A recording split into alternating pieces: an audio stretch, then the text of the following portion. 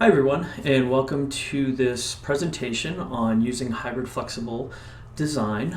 This is part of ELI's annual meeting. This is one of the virtual presentations that is taking place today.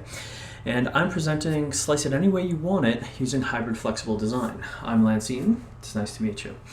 So I want to start off this presentation by talking about pizza. And of course the question will come up, what does pizza have to do with hybrid flexible design? And I like to think that these two go hand in hand. So let me first start off with what hybrid flexible design is. And that's what we're looking at is when a course is designed to empower students to determine where and how they learn best. Hybrid means mixing face-to-face with online learning. Flexible means students choose their conditions, online versus face-to-face, their readings, in their assessments within reasonable limits. And so I like to think of this as a pizza, and that some people, you can slice it any way you want it. Some people are going to want veggies, like myself, because I'm a vegetarian, and other people are going to want their sausage and their pepperoni. So we can slice it up however we want, but at the end of the day, it's still pizza. And using hybrid flexible design still gives you a very robust course, but with a lot more options, both for you and your students. So how did I get here? Well, I think it's first useful to just talk about, a class typically starts somewhere at some point in time and ends somewhere at some point in time. And in the traditional class, we have the face-to-face. And these classes, or at least my classes, typically include some means of lecture, some means of discussions and activities, and of course assessments. I've also taught online for a number of years, and there too we have a series of online or video lectures, a series of online discussions and activities, and of course online assessments. Now what I've done here is I've said, well, can't we marry the two? And this is something different from your traditional hybrid. Hybrid, or at least many of the hybrids that are out there, simply just say, well, we'll trade more online time we'll trade more face-to-face time for online time. But in this context, you're not trading out one for the other, or at least you as the instructor aren't preordaining it. I've created a course wherein students can decide if they want to do it completely online, they can. If they want to do it completely face-to-face, they can. Or if they want to bounce back and forth from day to day, from week to week, first half of the semester online, second half face-to-face, whatever they want, they can choose to do that and allow for themselves to determine what works best for their context.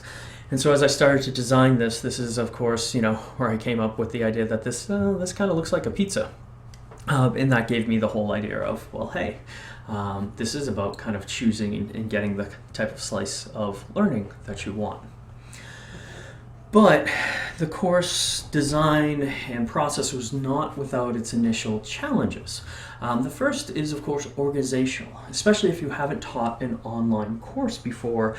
You're essentially, you have your face-to-face course, and then you have an online course, and then you throw on top of that this mixture, this coming together of the two. So in this case, it is something worth thinking about or knowing about, that the initial organization does take a bit of work. It takes a little bit of finessing, but that's okay. I mean, design, it takes time, but usually with really good results. The next challenge was, of course, getting everyone on the same page. Students hadn't heard of hybrid flexible courses before, and so this was something completely new. Understanding they could do both or either. Students were sometimes, I didn't sign up for an online class, I didn't sign up for a hybrid class, and my answer would be, that's fine, you don't have to. It can still be a traditional face-to-face course for you if you so choose. So that was definitely another challenge to consider. And then the final piece was kind of explaining without overwhelming. As I said before, this course has a lot of choices to it. There's a lot of things, they can choose their readings, they can, to a certain degree, they can choose their assignments, they can choose where they come to class. So trying to unload that carefully and, over a period of time, or give them certain exercises to help them understand this, that is definitely one of the challenges. But there were a lot of great opportunities. There were a lot of great things that happened for the students. First of all, they got choice. Now, I teach a course in American literature. The course I designed this for was American Literature 1. And as much as I think those texts are important and powerful and relevant to our cultural history, they are boring as all get out. And so having them able to choose the things that they want to read was really helpful. Additionally, helpful for them, helpful for me. Part of the reason why that was helpful for them is that it allowed for opportunities of self-direction. And in this case, I found students were able to pursue certain types of readings that they really like.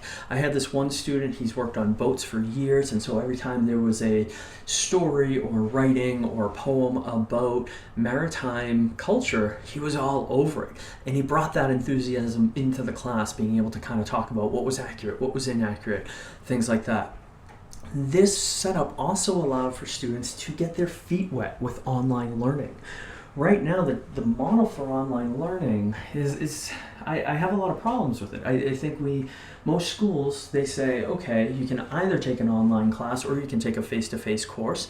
But if you take an online class, if you can't decide if it's for you within the first 7 days, that's too bad. You're stuck in the course or you have to withdraw. That I find problematic, that I find challenging, because it doesn't entirely makes sense. Most online courses, you're not into the thick of it until week 3, week 4, week 5, and don't really know. So something like a hybrid flexible course allows for the students to get their feet wet without fully jumping in. And then, of course, there were some really, really great opportunities for the instructor. I felt really free in setting up this format or in executing the course. First of all, I had engaged students. Students that showed up to the class were engaged. They knew that because there was a smaller number of them, there's an even bigger chance of them being called upon or them needing to own their game. It was great to see the different focus on the content, because you have these students and they're each reading potentially different things, or some similar things and some different things. It really was interesting to see what we could focus on or what they would want to focus on, and really be a sharing and learning experience. It also helped me reinvent or play around more with classroom time. When you have a classroom full of students, each who have done some similar readings and some different readings, there's an opportunity there for students to become teachers, for them to teach the content to one another or engage in discussion with one another. Some really powerful opportunities.